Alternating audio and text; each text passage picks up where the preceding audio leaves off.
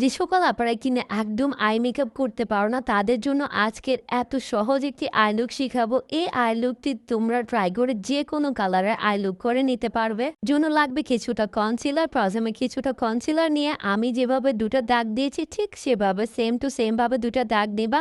আর শুধুমাত্র একটা eye shadow দিয়ে এত ইজি আই লুক আর কোথাও পাবা না। তো তোমাদের পছন্দের কালারের একটা আই শ্যাডো নিবা, নিয়ে যে দাগগুলো দিছো দুই সাইডে প্রথমে ওই কালারটা লাগিয়ে নিবা। দেন তারপরে একটা একদম যে ব্রাশের মধ্যে কোনো শেডো নেই ওই ব্রাশটা দিয়ে হালকা করে একটু ব্লেন্ড করবা। অ্যান্ড তোমার আই লুকের অর্ধেক কাজ কিন্তু ডান। তারপরে মিডল পয়েন্টে যে জায়গাটা খালি ওইখানে তুমি কিছুটা শিমারি ইউজ করবে। দেন তোমার আই লুক কমপ্লিট।